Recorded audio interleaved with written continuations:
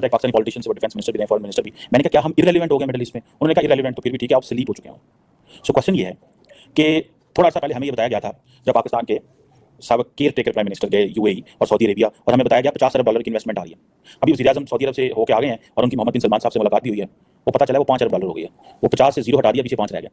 Question ये है कि ऐसी एक्सपेक्टेशंस होनी चाहिए, ऐसे प्लान लेके जाने चाहिए जो वाकई मटेरियलाइज हो सके। अब जो पिछले वज़ीर आज़म थे वो गए, उन्होंने कहा $25 अरब सऊदी अरब से आएगा, 25 यूएई से आएगा और हमारी इकोनॉमी ठीक हो जाएगी। ठीक है जी, ये वो सहाफ़ियों को बताते थे। अभी वज़ीर आज़म साहब गए वहाँ पे, उधर जाके जारी बात है बातचीत हुई है, उन्होंने कहा भाईजान 25 कोई नहीं है, हाँ 5 तो हम 10 ने, वो भी 5 का अब किस तरह का है वो जारी बात है, बात होनी है। ठीक है जी। और एक ही बात है कि पाकिस्तान और सऊदी अरब अपनी कमिटमेंट दिखा रहे हैं पैकेज के हवाले से। $5 अरब का पैकेज है, फॉरेन ऑफिस ने भी इस पर बात की है। और ये क्या इन्वेस्टमेंट पैकेज है, ये वो ज़कात खैरात या कोई वैसे फ्री में नहीं दे रहे, इन्वेस्टमेंट देंगे। ये भी उनकी बड़ी मेहरबानी है। पाकिस्तान को तो दुनिया से कोई पाकिस्तान के अंदर $1 मिलियन भी इन्वेस्टमेंट नहीं करना चाहता, और हम बात कर रहे हैं $5 अरब की। सो अब सुनने में आया कि ये $5 अरब आएगा, और एक तो जारी बात है इस हवाले से बड़ा शोर मचा कि ये पैसों के हवाले से, क्योंकि पाकिस्तान को पैसे चाहिए। लेकिन वो जो एलामिया जारी हुआ, उस एलामिया के अंदर जो जैसे कहते हैं ना कि जो सऊदी अरब है उसने ये भी कहा कि भारत और पाकिस्तान जो है वो अपने इश्यूज बायलैटरली हल करें। इट मींस कि उन्होंने इंडिया को स्पेस दी है कि जो इंडिया फैसला करे, पाकिस्तान उससे सऊदी अरब कुछ नहीं कर सकता। ये आपको याद होगा, अब सऊदीज को इस पोजीशन का बड़े अच्छे से पता है कि इंडिया की क्या पोजीशन है। मैं आपको पता है बार बार एक चीज़ कह रहा हूँ और काफ़ी अच्छे से कह रहा हूँ, मेरे पास कोई इन्फॉर्मेशन नहीं है लेकिन मेरी शायद एक अंडरस्टैंडिंग है कि अगर कोई मुल्क इंडिया और पाकिस्तान के दरमियान नॉर्मलाइज हालात करवा सकता है, या वो सऊदी अरब है या वो यूएई है। ये स्पेस अब वेस्टर्न ममालिक के पास नहीं रही, क्योंकि जितना तेजी से भारत का पलड़ा भारी हुआ है, जितना तेजी से भारत की पोजीशन मजबूत हुई है, अब भारत किसी को भी नहीं सुनेगा सिवाय मुस्लिम ममालिक। और मुस्लिम ममालिक को वो एक कटसी में इग्नोर नहीं कर सकता। ये मैं आपको बताऊं, they can't say no to UAE. Mohammed bin Zayed और मोहम्मद बिन सलमान को नो नहीं कह सकते, क्योंकि उनको पता है कि इनके पीछे कितनी बड़ी सपोर्ट है। पैसे का प्रॉब्लम नहीं है इंडिया के लिए, लेकिन वो समझते हैं कि जो चीज़ हमें आलम इस्लाम से, मुस्लिम वर्ल्ड से चाहिए, ये दो ममालिक दे सकते हैं। सो फॉर दैट मैटर हमें अगर पोलिटिकली बात करनी भी पड़े तो हम पाकिस्तान से कम कर लेंगे। ये मेरी एक अंडरस्टैंडिंग है। और दोनों मुल्क जो है भारत, सऊदी अरब और पाकिस्तान के जो वज़ीर आज़म जॉन प्रिंस ने कहा है कि इंडिया और पाकिस्तान के दरमियान डायलॉग होना चाहिए, और जितने भी आउटस्टैंडिंग इश्यूज हैं इंक्लूडिंग जम्मू एंड कश्मीर वो हल होना चाहिए। और ये क्वेश्चन ये है कि पाकिस्तान दुनिया के जिस मुल्क में भी जाता है इस पर बात करता है, ठीक है, लेकिन इंडिया नहीं बात करता। इंडिया नहीं बात करता, ठीक है जी। और अमूमन क्या होता है कि जब भारत और पाकिस्तान के हवाले से कोई बात पॉइंट सामने आता है तो जो होती है रेफरेंस जो दिया जाता है वो दिया जाता है यूएन सिक्योरिटी काउंसिल का, कि जैसी जो यूएन सिक्योरिटी काउंसिल के रेजोल्यूशन है उसके तहत हल किया जाना चाहिए। लेकिन इस एलामिया के अंदर ये जो जॉइंट स्टेटमेंट आई है इसके अंदर कोई रेफरेंस नहीं है।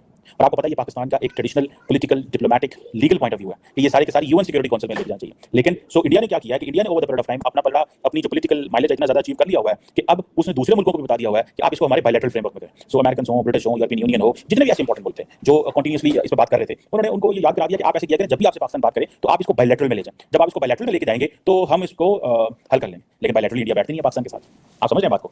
लेकिन किसी मुस्लिम मुल्क ने हिम्मत नहीं की थी भारत को नाराज करने की। उन्होंने पाकिस्तान को नाराज कर लिया था, क्योंकि उसमें क्या होना था, अगर वो इजलास बुलाया जाता तो उसमें फिर भारत के खिलाफ आपको कोई ना कोई रेजोल्यूशन निकालना पड़ना था, जिसको ना सऊदी अरब पसंद करता था, ना यूएई पसंद करता था, और ना यूआर मुल्क पसंद करता था। तो उसके बाद से आप देखें कि जो आलमी इस्लाम है, जैसे ये सो कॉल्ड, जैसे हम आलमी इस्लाम कहते हैं, या जैसे ओआईसी, वो आप आजकल तो मजाक उड़ाते हैं ओआईसी का, ओआईसी जैसे वो अंग्रेजी में होता है, ये वो वाली ओआईसी है। सो ये एक चीज़ है, मैं समझता हूँ कि ये एक पाकिस्तान के पास एक ऐसी पोजीशन में खड़ा कर दिया इंडिया ने लाके कि हम वी कांट डू एनीथिंग।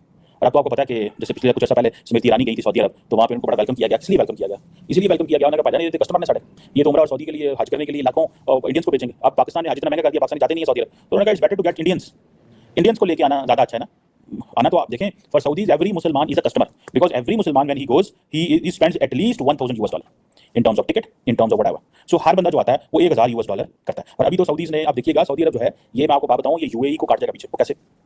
जो न्योम सिटी बन रहा है, ठीक है, रेड सी के ऊपर, ये बड़ा स्ट्रेटेजिक, एक तो ये बड़ा जैसे कहते हैं मॉडर्न सिटी होगा। दूसरा इसमें ये है कि सिटी के अंदर ये है कि सऊदीज कहते हैं भाई तुम पार्टी करने क्यों दुबई जाते हो। बहुत सारे इंडियंस, पाकिस्तानी और बाकी दुनिया के वाले वो पार्टी करने दुबई जाते हैं, दुबई से वो फिर जहाज पकड़ते हैं, 2 घंटे की फ्लाइट आ जाते होंगे जद्दा, जद्दा से फिर जनाब उतरे, उमरा किया, हज किया और वापस अपने घरों को चले गए। वो कहते हैं आप ऐसे करें, हम आपको टूरिस्ट वीज़ा भी देते हैं, हम आपको सारा फैसिलिटीज़ देते हैं, आप आएँ और आप यहाँ पे उमरा करें और रहें, यहाँ पे पैसे लगाएं, एंड देन आप क्या करें, वापस जाएँ। लेकिन साथ ही हमारे जो बाकी शहरों को भी देखते जाएं, टूरिज्म को देख के वो कह रहे हैं। सो मैं समझता हूं कि वो अब तो उन्होंने आलमी इस्लाम को सारी को कस्टमर समझ लिया। पहले वो अपना वहाबी ब्रांड ऑफ इस्लाम के तहत चीज़ों को चलाना चाहते थे, अब उन्होंने वो सारा खत्म कर दिया। वो कहते नहीं, हमें नहीं करना, हमें ये नहीं करना, बिकॉज हमें अपना जो वहाबी ब्रांड ऑफ इस्लाम है उसको साइड पे कर देना है। हमें जो मुसलमान आगे जो यहाँ पे रिचुअल करना चाहता है, हमें कोई प्रॉब्लम नहीं है। सो ये चीज़ें जो हैं जिसे कहेंगे ना कि इंपॉर्टेंट चीज़ें कि सऊदी अरब को इसको बेसिकली इंडिया से वो कस्टमर मिल गए, पाकिस्तान ने तुमरा महंगा कर दिया। जैसे पिछले दिनों याद होगा, मैं जनवरी फरवरी में स्मृति ईरानी साहब गई थी वहाँ पे, और वहाँ पे उन्होंने जाके उनको मस्जिद नबवी में लेके गया, बड़ा शोर मचा, और इधर पाकिस्तान में मस्जिद जमातों ने बड़ा शोर डाला। लेकिन उनको ये नहीं पता भाई कि वो स्मृति ईरानी जो है वो उनकी मिनिस्टर थी रिलीजियस अफेयर्स की, आई थिंक, और वो वहाँ पे गई, वो इसलिए गई क्योंकि वो अपने लोगों के लिए पैकेज का बात करने गई थी कि हमारे लोगों को क्या फैसिलिटीज़ दोगे भैया, हमारे लोगों को क्या फैसिलिटीज़ दोगे। वो इसलिए नहीं गई थी वहाँ पे किसी और चक्कर में, वो वहाँ पे इन चीज़ों के लिए गई थी। और मैं ज़ाती तौर पर ये समझता हूँ कि सऊदी अरब की बायलैटरल ट्रेड आपको पता है $55 अरब है। मोहम्मद बिन सलमान रिसेंटली जब G20 पे आए थे, उसके बाद उनको स्टेट विजिट का वो प्रोटोकॉल वो सारा दिया गया था, और वो 2 दिन और रहे थे। सो आप इस चीज़ को ये ज़हन में रखें कि things are very very different now. और पाकिस्तान को बेसिकली सऊदी अरब सपोर्ट तो बहुत कर रहा है, लेकिन हम अपने आप को सपोर्ट नहीं कर रहे। अभी कहाँ $50 अरब की बात होनी, कहाँ $5 अरब आ जाना। और हमने तो ये भी पिछले कुछ अर्सा पहले कहा था $100 अरब आ रहा है सऊदी अरब, यूएई, कतर, कुवैत, मिडिल ईस्ट ममालिक से। भाई वो $100 अरब किधर है? कहाँ 100 अरब डॉलर, कहाँ 5 अरब डॉलर, फिर 50 अरब डॉलर, फिर 5 अरब डॉलर। और उसमें से भी मैं जिस चीज़ से मैं ज़ाती तौर पर परेशान हुआ हूँ कि 2014 से सीपैक शुरू होता है, चाइना पाकिस्तान इकोनॉमिक कॉरिडोर, और 2024 के अंदर जब उसके 10 साल बनाए गए तो चाइनीज फॉरेन ऑफिस ने स्टेटमेंट जारी किया, उन्होंने कहा इतने सालों में हमने 25 अरब डॉलर लगाया, 25 अरब डॉलर, 250 मिलियन की आबादी, 25 अरब डॉलर चाइना ने इन्वेस्ट किया। इस 25 अरब डॉलर को आप तकसीम करें ऑन 10, तो 10 दुनी 20, तो 2.5 या इससे भी कम डॉलर, यानी कि 2.5 अरब डॉलर सालाना चाइना ने पाकिस्तान में लगाया, सिर्फ 2.5 अरब डॉलर, सिर्फ 2.5 अरब डॉलर सालाना की इन्वेस्टमेंट है चाइना की पाकिस्तान में। ठीक है, सो ये जो 5 अरब डॉलर है, ये पता नहीं अगले 10 सालों में लगना कितनी देर लगना है, इसका भी हमें कोई पता नहीं है, इसकी कोई हमें इसकी कैपेसिटी की कोई समझ नहीं है कि ये क्या है और क्या नहीं है।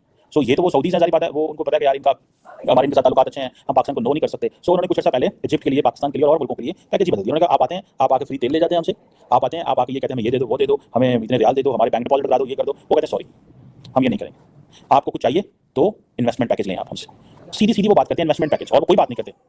ठीक है जी। सो जो सऊदी डेवलपमेंट फंड है वो सुनने में आया कि वो ऑलरेडी पैसे उसने पाकिस्तान में डाले हुए हैं। ठीक है, मैं अगर इमेजिन करें अगर सऊदी भी ना हो यार तो पाकिस्तान की क्या पोजीशन हो, अगर सऊदीज भी ना हो तो पाकिस्तान की क्या पोजीशन हो। पाकिस्तान तो टेक्निकली डिफॉल्ट हम कर चुके हुए हैं, डिफॉल्ट हम कर चुके हुए हैं, लेकिन वज़ीर-ए-आज़म साहब के साथ जो एमएनएज और मिनिस्टर जो लोग हैं, पता नहीं 100 बंदा क्या हुआ है।